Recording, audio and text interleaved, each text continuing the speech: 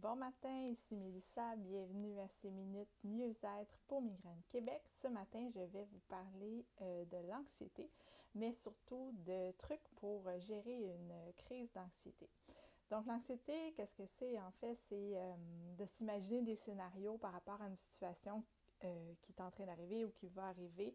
Donc, que la situation soit empirée dans notre tête ou qu'elle soit vraiment réelle, c'est une difficulté à lâcher prise sur cette situation-là et on se fait des scénarios par rapport à ce qui va se passer et ça génère beaucoup de stress, d'inquiétude, on devient crispé.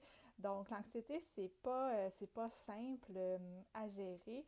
C'est sûr que si vous souffrez beaucoup d'anxiété de façon générale, c'est bon d'en parler à son médecin. Il y a des thérapies médicales qui peuvent aider au niveau des médicaments. Il y a aussi des thérapies cognitives en psychologie, donc où on va nous apprendre à recadrer les pensées pour des pensées plus réalistes, parce que souvent, quand on est anxieux, les pensées deviennent un peu catastrophiques.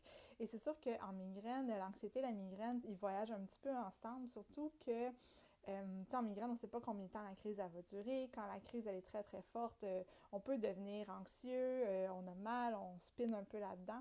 Donc, c'est normal. Donc, je ne vais pas tant m'attarder à la façon globale de gérer l'anxiété, mais plutôt à comment on fait quand on est vraiment dans un moment de crise d'anxiété.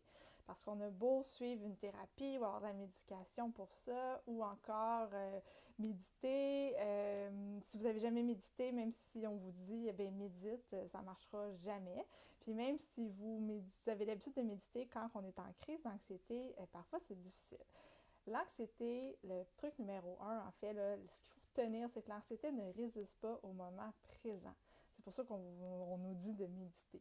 Donc, l'anxiété, comme c'est des scénarios qu'on se fait par rapport à qu'est-ce qui va se passer, quand on arrive à se ramener dans le présent, on diminue énormément notre anxiété.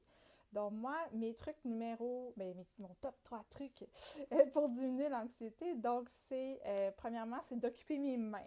Donc, si je suis capable de faire quelque chose style du crochet, du tricot, du dessin, un casse-tête, quelque chose qui va demander pas trop de concentration, mais juste assez de concentration pour que mon mental arrête de s'agripper à ce qui me stresse, puis qu'il puisse plutôt se concentrer sur ce que je fais.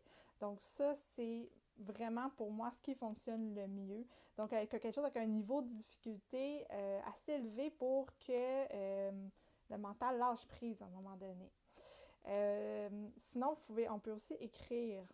Donc, écrire, aller au bout là, de ce scénario-là qui nous stresse, puis écrire tout ce qui monte par rapport à ça jusqu'à temps que ça aille enlever une grosse couche. Ça fait beaucoup de bien.